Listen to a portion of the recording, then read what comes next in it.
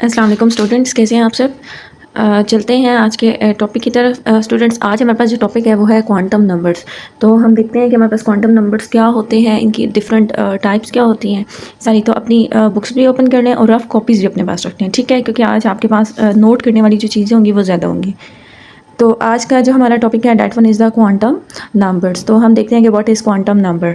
तो सबसे फर्स्ट में अगर बच्चों हम क्वांटम नंबर की डेफिनेशन को देखें तो क्वांटम नंबर हमारे पास ऐसे नंबर्स हैं जो कि अगर मैं इसको आपको शॉर्ट फॉर्म के अंदर बताऊं तो quantum number tells us the address of an electron. किसी भी एटम के अंदर इलेक्ट्रॉन क्या एड्रेस हमें देता है, उसके एड्रेस के बारे में हमें आइडिया देता है। जैसे देखें, किसी भी इंसान का आपने एड्रेस फाइंड करना हो, आप क्या करते हो, कंट्री, प्रोविंस, सिटी, फिर उसके अंदर स्ट्रीट नंबर और फिर उसके आगे हाउस नंबर, वो सारी चीज़ें आप फाइंड आउट करते हो। तो सेम वे के अंदर हमारे पास किसी भी इलेक्ट्रॉन का जब हमने एड्रेस फाइंड करना हो किसी भी एटम के अंदर, तो हम ये देखते हैं कि वो इलेक्ट्रॉन किसी भी एटम के अंदर कौन से इलेक्ट्रॉन्स न्यूक्लियस के बाहर प्रेजेंट है ना, शेल्स के अंदर। तो हम ये देखते हैं कि वो इलेक्ट्रॉन कौन से शेल के अंदर है, उसके नेक्स्ट कौन से सब शेल के अंदर है। नेक्स्ट अभी हम पढ़ेंगे सब शेल्स के अंदर भी ऑर्बिटल्स होते हैं, कौन से ऑर्बिटल के अंदर प्रेजेंट है, उस इलेक्ट्रॉन की पोजीशन क्या है, किस तरह से वो मूव कर रहा है। तो ये सारी इन्फॉर्मेशन हमें मिलती है क्वांटम नंबर से। तो in a short way quantum numbers tells about the address of an electron. तो अगर हम इसकी प्रॉपर डेफिनेशन देखें तो what is quantum number. Quantum number is a set of 4 number that describe the unique position. Number 1 हमें position का idea होता है। एनर्जी, इलेक्ट्रॉन की एनर्जी, कि इलेक्ट्रॉन के पास कितनी एनर्जी है। शेप, कि वो जिस शेप मींस कि किस ऑर्बिटल के अंदर, जिस ऑर्बिटल के अंदर इलेक्ट्रॉन रह रहा है उसकी शेप कैसी है। ओरिएंटेशन, किस डायरेक्शन के अंदर इलेक्ट्रॉन मूव कर रहा है। एंड स्पिन ऑफ इलेक्ट्रॉन, ठीक है, स्पिनिंग मोशन होती है, इलेक्ट्रॉन स्पिन कर रहा होता है, तो उसकी स्पिन मोशन के बारे में भी हमें आइडिया देते हैं, ठीक है। So quantum number are set of the 4 numbers which give the following information. And next आपके पास है कि this describe the unique quantum state of an electron, कि किसी भी इलेक्ट्रॉन की स्टेट के बारे में, उसकी जो आप कहते हो कि अगर हम डिटेल के अंदर देखें तो उसका वेव बिहेवियर, उन सारी चीज़ों के बारे में भी हमें फर्दर आइडिया होता है, ठीक है। So what is the quantum number. Quantum number is actually the address of an electron. अगर हम बात करें क्वांटम नंबर की, हमारे पास 4 टाइप्स हैं, आपने इसको काफ़ी ध्यान से लिखना है। क्वांटम नंबर की 4 टाइप्स है। Number 1 is the principal quantum number, जिसको डिनोट किया जाता है स्मॉल एन से। अब आपने इसकी यहाँ इस टॉपिक के अंदर यही चीज़ इंपॉर्टेंट है कि किसके लिए हम कौन सा सिंबल यूज़ करते हैं। Next one, second type is azimuthal और एंगुलर मोमेंटम क्वांटम नंबर, जिसको डिनोट किया जाता है स्मॉल एल से। Next one is the magnetic quantum number which is denoted with M और एम एल, एम के नीचे ना स्मॉल छोटा सा एल लिखा हुआ है। And next one is the spin quantum number, ठीक है, स्पिन क्वांटम नंबर को एस से एंड एम एस से, इन दोनों से हम इसको डिनोट करते हैं। So these are the 4 quantum numbers. ये जो आपके पास क्वांटम नंबर्स हैं, these quantum numbers are use to describe the position, energy, orientation, spin, shape of electron.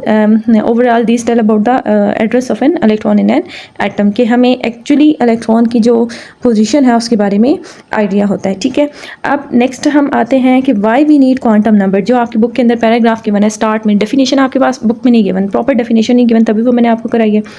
अब आपके पास देखिए बच्चों, यहाँ क्या मेंशन है कि हमारे पास, जैसे आपको याद है मैट्रिक के अंदर आपने पहले रदरफोर्ड का एक्सपेरिमेंट पढ़ा था, उसके बाद आपने बोहर का एक एटॉमिक मॉडल को देखा था। तो बोहर के एटॉमिक मॉडल जो था वो जस्ट 1 डायमेंशनल था, ठीक है। उसमें उसने कहा कि जस्ट एटम, जो इलेक्ट्रॉन्स हैं वो एक ही डायरेक्शन के अंदर, एक ही एक्सिस के अंदर मूव कर रहे हैं। तो आपके पास उसका आपको गिवन है, बोहर का जो मॉडल था वो 1 डायमेंशनल मॉडल था, जो कि जस्ट एक क्वांटम नंबर को यूज़ कर रहा था। और बोहर ने जस्ट कॉन्सेप्ट दिया था शेल्स का, कि आपके एटम के बाहर KLMN शेल्स होते हैं, ठीक है। तो वो जो शेल्स हैं वो आपके पास क्या हैं, वो जस्ट एक क्वांटम नंबर है। मीन्स हमें जो इलेक्ट्रॉन की पोजीशन के बारे में ना उसने एक रफली आइडिया दिया था कि जस्ट शेल्स हमें बता दिए, आगे डिटेल नहीं बताई कि उन शेल्स के अंदर किस किस जगह पे इलेक्ट्रॉन प्रेजेंट है। तो आप कहते हो कि आपको जैसे गिवन है, Bohr model was a 1 dimensional model that used 1 quantum number two describe the distribution of electron in the atom.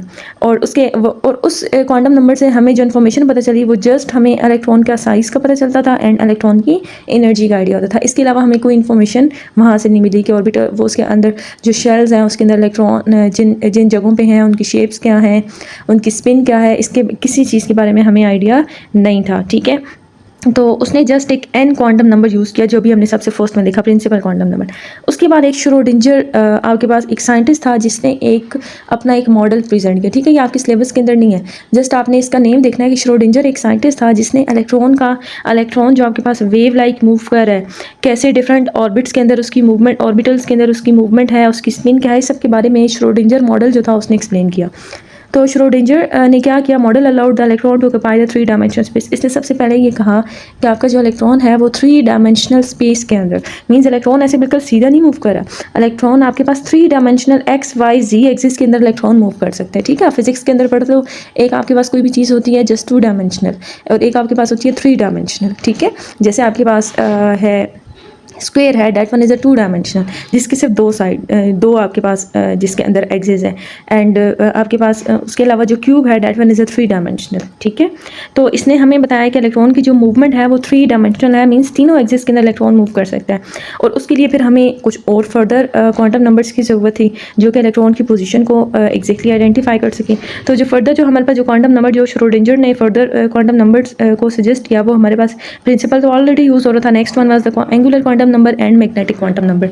तो ये जो पहले 3 क्वांटम नंबर हैं ये एक्जैक्टली इलेक्ट्रॉन की जो पोजीशन है उसको जस्टिफाई कर देते हैं। फिर एंड वाला जो क्वांटम नंबर अभी हम नेक्स्ट देखते हैं, वो क्वांटम नंबर इलेक्ट्रॉन की जो स्पिन है उसके बारे में हमें आइडिया देता है। तो आपको फिर ये गिवन है कि इसके अकॉर्डिंग ये जो सारे मॉडल थे ये हमें इलेक्ट्रॉन का साइज, शेप, ओरिएंटेशन एंड जो उस पर ऑर्बिटल्स के अंदर उन सब के बारे में हमें उसका आइडिया मिल रहा था। ठीक है, नेक्स्ट मूव करते हैं क्वांटम नंबर्स के अंदर। स्टूडेंट सबसे फर्स्ट में आपके पास है that one is the principal quantum number, और ये सबसे जो इम्पोर्टेंट एक क्वांटम नंबर है। इसकी सबसे फर्स्ट में आप डेफिनेशन देखो तो प्रिंसिपल क्वांटम नंबर क्या है। प्रिंसिपल क्वांटम नंबर आपका मेन एनर्जी लेवल्स के बारे में आइडिया देता है कि आपके किसी भी एटम के बाहर जो शेल्स उनमें मेन एनर्जी लेवल्स कौन से हैं। ठीक है, जो इलेक्ट्रॉन्स हैं उनमें मेन एनर्जी लेवल्स कौन से हैं।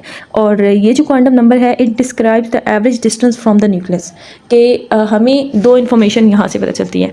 एक आपके बारे में आपको इलेक्ट्रॉन की एनर्जी का आइडिया होता है, सेकेंडली आपको उस इलेक्ट्रॉन का न्यूक्लियस से कितना डिस्टेंस है उसके बारे में आपको आइडिया होता है। ठीक है, ये क्वांटम नंबर, अब ये एक नंबर है, ये अभी मैं आपको नेक्स्ट अभी हम इसको देखते हैं। देखें, अब इसको डिनोट किया जाता है एन से। ठीक है, आपने इंपॉर्टेंट एक जो चीज़ है इसको माइंड में रखना है, principal quantum number is denoted by N, and N की वैल्यूज़ क्या होती हैं, एन की वैल्यूज़ हैं 1 2 3 एंड सो ऑन। तो आपने यहाँ माइंड में रखना है कि ज़ीरो इसमें वैल्यू नहीं है, एन की वैल्यू ज़ीरो नहीं हो सकती, एन की वैल्यू आपके पास है 1 2 3 एंड सो ऑन, के 3 से फर्दर जितने आपके पास शेल्स हैं ये वैल्यू आगे वेरी कर रही होती है। अब आपके पास ये एन किसको शो करता है, एन शो करता है शेल्स को, जिनको हम के एल एम एन शेल्स भी कहते हैं। तो उनको हम जब जो के है उसके लिए एन की वैल्यू क्या है 1, एल के लिए एन की वैल्यू है 2, एम के लिए एन की वैल्यू है 3। ठीक है, अब आपने माइंड में रखना है कि जो शेल्स हैं अभी हम नेक्स्ट जो भी इसके अंदर पढ़ेंगे उन सब के लिए एक इंग्लिश के अंदर हम एक अल्फ़ाबेट भी यूज़ कर रहे हैं और एक के साथ हम उसके लिए एक नंबर भी यूज़ कर रहे हैं। ठीक है, तो यहाँ आपके पास ये जो शेल्स हैं या जो मेन एनर्जी लेवल्स हैं these are the principal quantum numbers. अब जैसे आपको यहाँ देखें, आपको इसके अंदर पिक्चर के अंदर भी गिवन है, दरमियान में है न्यूक्लियस, साइड पे आपके पास है फर्स्ट शेल। तो फर्स्ट शेल में आपके पास देखें बच्चों, फर्स्ट शेल के लिए एन की वैल्यू क्या होगी 1, एन इज़ इक्वल टू 1, और इसको क्या कहेंगे, इसको कहेंगे के शेल, क्या बुलाएंगे, K shell. And next one N is equal to 2, इसको हम क्या कहेंगे, L shell. Next one N is equal to 3, और इसको हम क्या कहेंगे, एम शेल। तो ये वही चीज़ है आपके पास, क्या it corresponds to the shells labelled as K whose values is N is equal to 1, for L it is equal to 2 and for M it is equal to 3। ठीक है, अब अगर हम बात करें कि किसी भी जो आपके पास शेल है उसके अंदर मैक्सिमम कितने इलेक्ट्रॉन्स आ सकते हैं, तो आपके लिए आपके पास यहाँ ना एक फार्मूला गिवन है। ये फार्मूला आपने देखना है, ये यहाँ मैं मेंशन कर रही हूँ 2n²। अब ये फार्मूला है जो कि आपको बताता है कि किसी भी शेल के अंदर कितने इलेक्ट्रॉन्स आ सकते हैं। ठीक है, आप इस फार्मूला के थ्रू आप कैलकुलेट कर सकते हो। अभी हम यहाँ कैलकुलेट करते हैं, ये फार्मूला आपने बच्चों नोट कर लेना है, क्योंकि यहाँ मैंने मेंशन नहीं किया क्योंकि वो पार के अंदर नहीं आ रहा था, तो आप उसमें कंफ्यूज हो जाते। तो आप देखें इस फार्मूला के अकॉर्डिंग अगर हम किसी भी शेल के अंदर इलेक्ट्रॉन्स को कैलकुलेट करें, लाइक 2 and 2 का क्या मतलब है, अगर मैं कैलकुलेट करूँ के के लिए, अब के लिए n की वैल्यू क्या है 1, के लिए n की वैल्यू 1 है ना, तो आपने यहाँ n की वैल्यू क्या लगानी है 1। तो मैं यहाँ n की वैल्यू अगर 1 लगाऊँ तो 2 1²। तो आपके आंसर क्या आएगा, 1 की पावर 1 की पावर जितनी भी ले लें, 2 ले लें, 3 ले लें, 1 ही आएगा। तो आपका आंसर क्या आएगा 2 इलेक्ट्रॉन। तो इट मीन्स आपके जो के शेल है उसके अंदर कितने इलेक्ट्रॉन्स आ सकते हैं, उसके अंदर इलेक्ट्रॉन्स आ सकते हैं 2 इलेक्ट्रॉन। ठीक है, आपने ये वाला जो फॉर्मूला है ना, ये आपने माइंड में रखना है। This formula is used to calculate the number of the electrons in any shell. अब हमने के अंदर कैलकुलेट किया, अब हम नेक्स्ट किसी और के अंदर हम कैलकुलेट करते हैं। लाइक अगर मैं यहाँ बात करूँ, हम कैलकुलेट करते हैं फॉर एल। एल के लिए बच्चों आपकी एन की वैल्यू क्या है 2, तो हम इसके अंदर वैल्यू लगाएंगे 2 की पावर 2। 2 की पावर 2 क्या होगी 4, 2 इंटू 4 इज इक्वल टू 8। तो आपके पास कितने इलेक्ट्रॉन्स आ गए 8 इलेक्ट्रॉन्स आ गए। ठीक है, आप नेक्स्ट हम अगर इसको कैलकुलेट करें, आप 3 के लिए कैलकुलेट करोगे, इसकी वैल्यू आएगी 18। अभी हम कैलकुलेट करते हैं इसको n इज इक्वल टू 4 के लिए, तो मेरे पास आएगा n की वैल्यू मैं रखूँ 4 एंड पावर 2। तो 4 की पावर 2 क्या आती है 16 and 2 into 16 is equal to 32। तो आपके पास कितने इलेक्ट्रॉन्स आ गए 32। ठीक है, तो आप इस तरह से हम कह सकते हैं कि आपके जो डिफरेंट शेल्स हैं उसके अंदर आप नंबर ऑफ के इलेक्ट्रॉन्स इस फॉर्मूले के थ्रू आप कैलकुलेट कर सकते हो। अच्छा, अब तो आपके पास के के अंदर 2 इलेक्ट्रॉन्स हैं, एन के एल के अंदर 8 इलेक्ट्रॉन्स हैं, एम के अंदर 18 है एंड एन के अंदर आपके पास 32 इलेक्ट्रॉन्स हैं। तो ये मैट्रिक के अंदर तो आप इसका रट्टा लगाते थे ना, यहाँ आपको समझ आ गई कि हम इस फॉर्मूला के थ्रू हम ये जो नंबर ऑफ इलेक्ट्रॉन्स हैं इनकी हम एक्जैक्टली कैलकुलेशन कर सकते हैं। ठीक है, तो आपका जो के शेल है, जो न्यूक्लियस के बिल्कुल बाहर शेल है, जो फर्स्ट वाला शेल है, उसके अंदर मैक्सिमम, इस फॉर्मूले का मतलब है कि इसकी ये मैक्सिमम कितने इलेक्ट्रॉन्स आ सकते हैं, इससे कम भी हो सकते हैं, वो तो उस एटम के पास जितने इलेक्ट्रॉन्स हैं वही आएंगे ना हम तो लेकिन इससे ज़्यादा इलेक्ट्रॉन इसके अंदर, इस शेल के अंदर नहीं आ सकते। तो आपका जो फर्स्ट शेल है उसके अंदर कितने हैं, के अंदर कितने इलेक्ट्रॉन्स हैं 2, एल के अंदर है 8, एम के अंदर है 18 एंड एन के अंदर आपके पास कितने हैं 32 इलेक्ट्रॉन्स। ठीक है, दीज ये आपके पास मैक्सिमम इलेक्ट्रॉन्स हैं जो कि इन शेल्स के अंदर आ सकते हैं 2, 8, 18, 32। उसके बाद आपको एग्जाम्पल गिवन है, लाइक अगर हम यहाँ देखें, आपके पास है हाइड्रोजन के एग्जांपल गिवन है। हाइड्रोजन में 1 इलेक्ट्रॉन है, तो वो जो उसका 1 इलेक्ट्रॉन है वो सबसे फर्स्ट वाले शेल के अंदर है और उसकी कन्फिग्रेशन आ रही है 1s1। ठीक है, तो अब देखिए बच्चों, जब हम कन्फिग्रेशन लिखते हैं तो उसके अंदर ये जो 1 है, आप देखते हो ना कन्फिग्रेशन 1s1, 1s2, 2s2, तो ये जो 1 नंबर है, this 1 number is showing the principal quantum number. आपका ये जो 1 है ये प्रिंसिपल, अगर देखें पहले शेल के अंदर है तो n की वैल्यू 1 होगी ना, तो so this 1 is showing the principal quantum number. Sodium के केस के अंदर आउटर मोस्ट इलेक्ट्रॉन जो है वो किसके अंदर प्रेजेंट है, आउटर मोस्ट कन्फिग्रेशन है सोडियम के 3s1, तो आपका जो 3 है ये सबसे आउटर मोस्ट शेल है। ठीक है, so this one is the principal quantum number. तो आप कन्फिग्रेशन में इस प्रिंसिपल क्वांटम नंबर को के एलिमेंट से नहीं शो करते, आप इसको शो करते हो 1, 2, 3, 4, 5 से। जैसे अगर मैं यहाँ कन्फिग्रेशन मेंशन करूँ, आपके पास कन्फिग्रेशन है कार्बन की, तो आपके पास आएगा 1s2, 2s2 एंड 2p2। तो आपकी जो 2 है ना, जो 1 एंड 2 है, ये आपको शेल्स के बारे में बता रहा है। तो जहाँ 1 है इट मीन्स ये आपके पास है के शेल, जहाँ ये 2 है तो इट मीन्स ये आपके पास क्या है, this one is the L shell. ठीक है, तो आपको यहाँ से जो शेल्स हैं उसके बारे में आइडिया होता है। तो आपको डिफरेंट आप एग्जांपल्स उठा के देख सकते हैं। तो आपके पास जो कन्फिग्रेशन के अंदर, इलेक्ट्रॉनिक कन्फिग्रेशन के अंदर आप जो शेल्स हैं उनको आप कैसे रिप्रेजेंट करते हो, with the help of number. आपके पास हो गया पहला quantum number. Next one is the second quantum number, that one is called the azimuthal quantum number. ठीक है, या इसको हम कहते हैं angular momentum quantum number. This one is denoted with the L, इसको हम एल से डिनोट करते हैं। अब ये स्टूडेंट्स आपके लिए समझना काफ़ी इंपॉर्टेंट है। सबसे फर्स्ट में कि what is the function of this quantum number and how this quantum number is defined. This quantum number tales about the shape of the orbitals, कि यहाँ हमें ऑर्बिटल्स, ऑर्बिटल मीन्स आपका मेनली जो सब शेल है। ठीक है, आपको जो सब शेल्स के बारे में आइडिया होता है। And contributes the orbitals angular momentum. Angular, एक तो वैसे आप पढ़ते हो ना फिजिक्स के अंदर linear momentum, P is equal to mv। एक आपके पास क्या है कि जब भी कोई स्पीशी, कोई भी चीज़, कोई भी सब्सटेंस सर्कुलर पाथ पे मूव करता है तो उसका जो मोमेंटम होता है that one is called the angular momentum. तो हमें यहाँ जो है इलेक्ट्रॉन जाहिर सी बात है ऑर्बिटल्स के अंदर है, सब शेल्स के अंदर है, तो उनका हमें एंगुलर मोमेंटम के बारे में आइडिया होता है। तो हमें 2 चीज़ें पता चलती हैं। ठीक है, आपने इसको माइंड में रखना है। प्रिंसिपल क्वांटम नंबर आपको क्या बता रहा था, शेप एंड आपके पास जो energy and the distance from the nucleus. And azimuthal quantum number आपको क्या बता रहा है, आपको बता रहा है शेप के बारे में एंड ऑर्बिटल एंगुलर मोमेंटम के बारे में। अब इसके की पॉइंट्स से पहले मैं आपको एक चीज़ समझा दूँ कि आपका जो एजीमुथल क्वांटम नंबर है ये एक्चुअली है क्या। आपके पास जो अभी हमने देखा, जो बोहर का एटॉमिक मॉडल था उसने हमें क्या कॉन्सेप्ट दिया कि ये आपके पास है न्यूक्लियस के बाहर है ये के सब शेल, के शेल, उसके बाहर है ये एल शेल, जैसे अभी हमने देखा, उसके बाहर है एम शेल। ठीक है, अब बोहर ने कहा कि ये सिंगल लाइंस हैं, अब यही एनर्जी लेवल्स हैं, इसके अलावा और कोई एनर्जी लेवल्स नहीं है। लेकिन उसके बाद जब एडवांसमेंट हुई, जब फर्दर इसके ऊपर एक्सपेरिमेंट्स किए गए, इन ये जो स्पेक्ट्रम है इनको देखा गया, हमारे पास स्पेक्ट्रोफोटोमीटर होते हैं, उनके अंदर जब इनको देखा गया तो क्या देखा गया कि ये जो आपको सिंगल लाइन, जो रेड आपको सिंगल लाइन नज़र आ रही है ना, ये एक सिंगल लाइन नहीं थी। ये लाइन्स को फर्दर क्या हो रहा था, छोटे छोटे लाइन्स के अंदर ये स्प्लिट हो रही थी।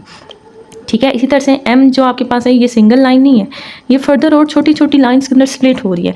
इट मींस कि just principal quantum number enough नहीं है, प्रिंसिपल क्वांटम नंबर के अंदर भी कुछ ऐसी चीज़ है जिसके बारे में हमें आइडिया होना चाहिए।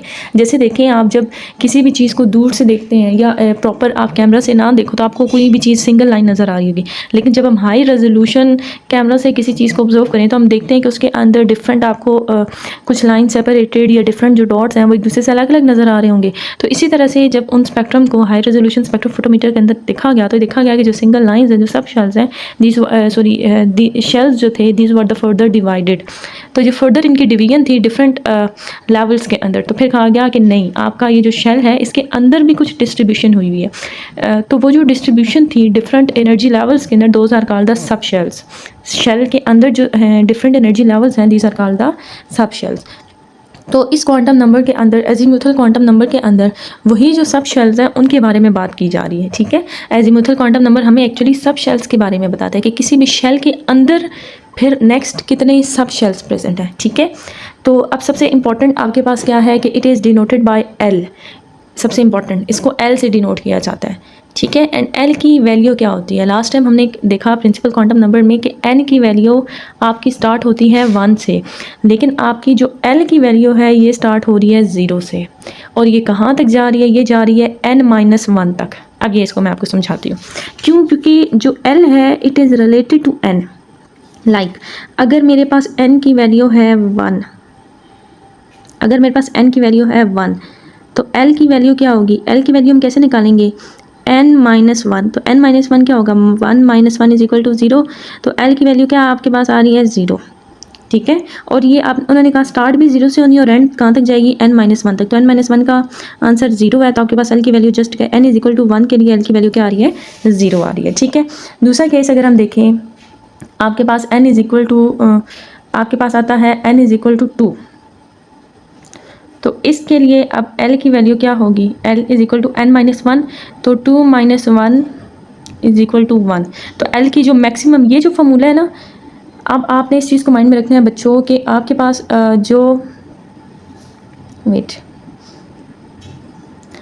आपके पास ये जो n-1 है ना, it gives the maximum value of n, it gives the maximum value of l। ठीक है, और जो मिनिमम वैल्यू है ना, डैट विल बी ऑलवेज 0, कि कम वैल्यू तो 0 होगी और जो मैक्सिमम वैल्यू हमने यहाँ से निकालनी है। तो अब मैंने मैक्सिमम वैल्यू क्या निकाल ली? n इज इक्वल टू के लिए मैक्सिमम वैल्यू है 1 और मिनिमम वैल्यू 0, तो एज इट है ना, 1 से पीछे 0 तो आता है, तो हम उसको तो निगलेक्ट नहीं कर सकते। तो इस केस के अंदर l की 2 वैल्यूज़ होंगी, l की वैल्यू होगी 0 एंड l की वैल्यू क्या होगी? 1 होगी। ठीक है, अब इसकी मैं एक और आपको एग्जाम्पल जो है वो आपको समझा देती हूँ।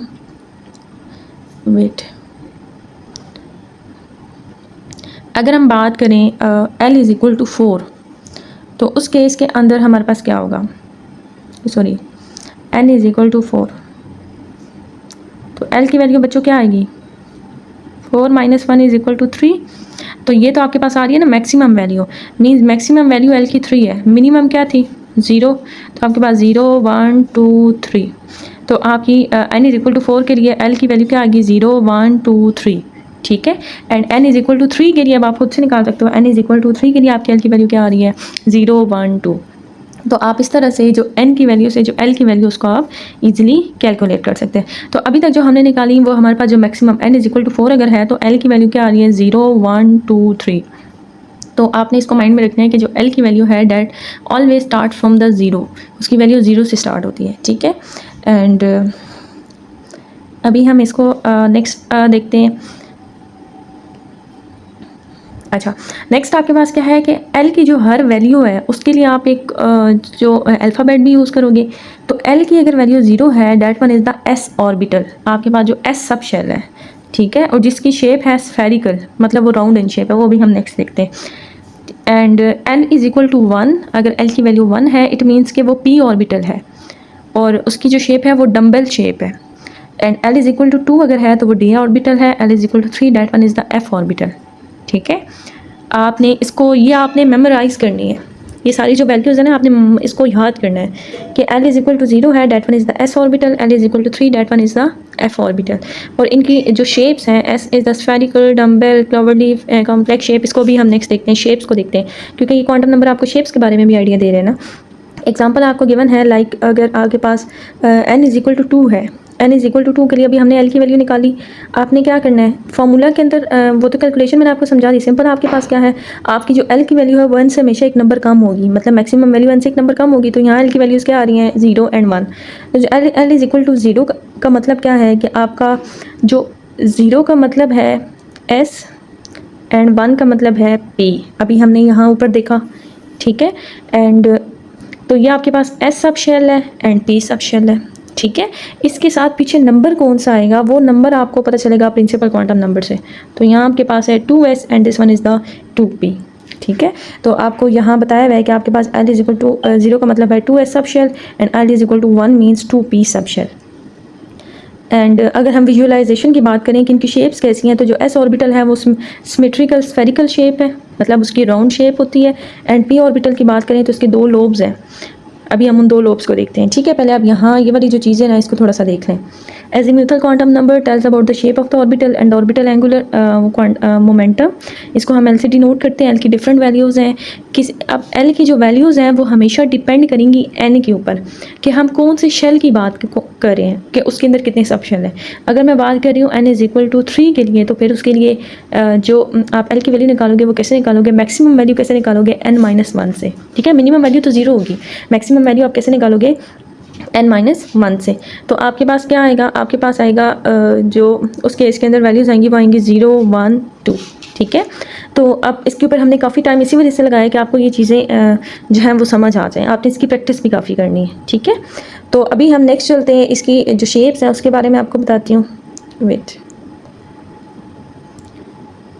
अच्छा देखें, आपके पास जो गिवन है सबसे फर्स्ट में वो आपके पास इनकी शेप्स गिवन है। तो जो L इज़ इक्वल टू 0 है वो आपके पास अभी हमने पढ़ा, that one is the s orbital. L is equal to 1 वो आपके पास है p orbital and L is equal to 2d, L is equal to 3 f orbital. तो L इज़ इक्वल टू 0 जो आपके पास s ऑर्बिटल है उसकी शेप है स्फेरिकल। देखिए ना नीचे आपको गिवन है L की वैल्यू 0 है, s है, उसकी शेप क्या है, स्फेरिकल। ठीक है, एंड नेक्स्ट आपको गिवन है p ऑर्बिटल। p ऑर्बिटल की शेप है डम्बल। अब डम्बल आप लैब के उसके अंदर जाए ना, जिम के अंदर, तो एक्सरसाइज करने के लिए आपके पास क्या होते हैं, डम्बल्स। ठीक है, जिनको उठा के एक्सरसाइज वेट जिनका वेट होता है और उसको उठा के एक्सरसाइज की जाती है, मसल्स वगैरह के लिए इसको की जाती है। तो ये हमारे पास क्या है, डम्बल। तो उसकी तरह इस ऑर्बिटल की शेप, इस सब शेल की शेप उससे मिल रही है ना, तो ये आपके पास क्या है, इसकी शेप है dumbbell shape. And next one जो d ऑर्बिटल है इसकी शेप कैसी है, डबल डम्बल। आपके जो डम्बल है उनको डबल आप कर दें, मीन्स ये एंड ये आपके पास किसकी शेप आ गई, डी ऑर्बिटल की। एंड एफ ऑर्बिटल की शेप के बारे में हम बात नहीं करते, हम कहते हैं it one this one is having the complicated shape, इसकी शेप थोड़ी कॉम्प्लिकेटेड है। ठीक है, अब आप अगर हम बात करें नंबर ऑफ़ इलेक्ट्रॉन्स की, पहले लास्ट टाइम तो हमने कैलकुलेट किया ना कि आपके पास जो शेल है उसके अंदर कितने इलेक्ट्रॉन्स होंगे। अभी हमने देखना है कि जो सब शेल है, मतलब शेल्स हमारे पास थे ना K, L, M, N, अब सब शेल्स हमारे पास कौन कौन से हैं, सब शेल्स हैं S, P, D, F, यह हमारे पास है सब शेल। तो इन सब शेल के अंदर नंबर ऑफ़ इलेक्ट्रॉन्स क्या होंगे, इसको आप किस फार्मूला से कैलकुलेट करेंगे, आप इस फार्मूला से 2 × 2L + 1, आप इस फार्मूला के थ्रू नंबर ऑफ़ इलेक्ट्रॉन्स को कैलकुलेट करते हैं। अभी हम देखें यहाँ कैलकुलेट करके बताते हैं। अगर मैं आपसे बताऊँ, आपसे कहूँ कि आप मुझे P के लिए, P के अंदर कितने इलेक्ट्रॉन्स आएंगे, आप मुझे कैलकुलेट करके बताएं। ये मेरे पास है फार्मूला। अब मुझे कहा जा रहा है कि बताएं P सब शेल के लिए। सबसे पहले मैं सोचूंगी कि P सब शेल के लिए L की वैल्यू क्या है। L की वैल्यू क्या थी बच्चों, 1 थी ना। तो अब L की वैल्यू 1 हम यहाँ लगाएंगे, 2 × L की वैल्यू 1 + 1, तो आपके पास 2 × 1 2 + 1, और बाहर आपके पास क्या आ रहा है, 2 आ रहा है। तो हम यहाँ क्या करेंगे, 2 + 1 = 3 और बाहर है 2, 2 × 3 = 6। तो आपकी वैल्यू क्या आ रही है, आपकी वैल्यू आ रही है 6। मीन्स आपके जो P सब शेल है उसके अंदर कितने इलेक्ट्रॉन्स आ सकते हैं, उसके अंदर आ सकते हैं 6 इलेक्ट्रॉन्स। ठीक है, एंड अगर मैं यहाँ कैलकुलेट करूँ एफ़ के लिए, अगर आप कहते हो कि एफ़ के लिए कैलकुलेट करके बताएं कि जो एफ़ है इसके अंदर कितने इलेक्ट्रॉन्स आ सकते हैं, ठीक है। तो हमने फार्मूला ये तभी मैंने आपसे कहा अपनी नोटबुक्स भी सामने रखना है, आप इसको मेमोराइज़ करना है। ये फार्मूलाज तो आपकी फिंगर टिप्स पे हो कि आप नंबर ऑफ़ इलेक्ट्रॉन्स, सब शेल्स, ऑर्बिटल शेल्स इनके अंदर कैसे निकाल सकते हो। अब आप देखिए आपके पास अगर एफ़ के लिए आपने नंबर ऑफ़ इलेक्ट्रॉन्स को कैलकुलेट करना है तो आपके पास, आप पहले सोचो एल की वैल्यू क्या है। एल की वैल्यू आपके पास है यहाँ, आपको जो एल की वैल्यू गिवन है that one is a 3 value. तो अब आप फार्मूला में क्या लगाएंगे, 2 × 2l + 1, यह आपका फार्मूला है ना। तो अब इसमें मैं वैल्यू लगाऊँ 2 × 3 + 1। तो अब आप इसको सॉल्व करो तो 2 × 3 6 + 1 7, तो 2 × 7 this one is equal to 14। तो आपका जो एफ सब शेल है उसके अंदर कितने इलेक्ट्रॉन्स आ सकते हैं, 14 इलेक्ट्रॉन। तो आप इस तरह से इलेक्ट्रॉन की कैलकुलेशन भी कर सकते हैं। और आपको ओवरऑल यहाँ गिवन भी है कि एस के अंदर 2, पी के अंदर 6, टी के अंदर 10 एंड एफ के अंदर आपके पास कितने आ सकते हैं, 14 इलेक्ट्रॉन आ सकते हैं। तो आपको ये जो क्वांटम नंबर है एजीमुथल क्वांटम नंबर, ये आपको शेप्स के बारे में आइडिया देते हैं कि आपके जो ऑर्बिटल्स हैं इनकी शेप्स किस तरह से होंगी, ठीक है। प्रिंसिपल क्वांटम नंबर को भी हमने देखा और नेक्स्ट प्रिंसिपल क्वांटम नंबर के बाद फर्दर जो डिस्ट्रीब्यूशन हुई हुई है वो आपके पास क्या है, एजीम्यूथल क्वांटम नंबर। अब यहाँ देखें आपको दोनों के दरमियान ना एक जो रिलेशनशिप गिवन है कि आपका जब शेल होगा तो उसके अंदर जो सब शेल्स होंगे वो कितने होंगे, इसको आपने बच्चों ध्यान से देखना है। सबसे फर्स्ट में देखें आपके पास है शेल, एक रिलेशनशिप गिवन है। शेल आपके पास है के शेल, के शेल के लिए एन की वैल्यू क्या होती है 1, अगर तो एल की वैल्यू है 1। अब जो एन की वैल्यू है, ठीक है, सॉरी जो एन प्रिंसिपल क्वांटम नंबर है इसकी वैल्यू है 1। अब इसके लिए आपने निकालनी है वैल्यू, जो दूसरा केस है आपके पास एजीम्यूथल क्वांटम नंबर की, मींस की एल की वैल्यू। और एल की वैल्यू के लिए हमने फॉर्मूला क्या देखा था कि एन की वैल्यू से हम एल की वैल्यू निकालते हैं। If N is equal to 1 so L will be 0, क्योंकि फॉर्मूला है n - 1, तो आपकी एल की वैल्यू क्या आएगी 0। और 0 के लिए आपका जो सब शेल है वो कौन सा था, s था। ये 1 कहाँ से आया, ये 1 आया इस n से। आपका ये जो n की वैल्यू होगी ना वही 1 आपका लगेगा इधर, तो 1 तो आया प्रिंसिपल क्वांटम नंबर से। एंड s जो है ये कहाँ से आया, s आएगा इस 0 से, तो 0 डिनोट करा था इसको, ठीक है। तो आपका जो k है उसके अंदर जस्ट एक 0 वाला सब शेल ही होगा जो कि क्या होगा 1s। तो जो मीन्स k शेल है उसके अंदर जस्ट एक सब शेल है, that one is the 1s, ठीक हो गया। नेक्स्ट आपके पास केस गिवन है एल वाला, एल शेल, जिसके अंदर प्रिंसिपल क्वांटम नंबर इसका जो वैल्यू है वो आपके पास क्या है, डेट वन इज़ 2। अगर इसकी वैल्यू 2 है तो एल की वैल्यू बच्चों क्या होगी, एल की वैल्यू 2 है एन की वैल्यू, तो एल की वैल्यू से एक नंबर कम होगी, 0 से स्टार्ट होगी और इससे एक नंबर कम होगी, डेट विल बी 0 एंड 1, दो वैल्यूज़ हैं। अब 0 के लिए आपके पास क्या आ रहा है, 0 के लिए सब शेल आ रहा है एस, ये 2 आपने ना हमेशा इससे उठाना है। तो अब आपके पास आ रहा है 2s एंड 1 के लिए आ रहा है 2p, ठीक है। तो नंबर ऑफ़ सब शेल्स यहाँ इस केस के अंदर कितने आ गए, नंबर ऑफ़ सब शेल्स आपके पास आ गए कितने 2। नेक्स्ट एन के केस में एन की वैल्यू 3 है, तो आपकी जो एल की वैल्यू है वो कितनी आ रही है 0 1 2, 2 is the 1 unit less than 3 formula के अकॉर्डिंग, ठीक है।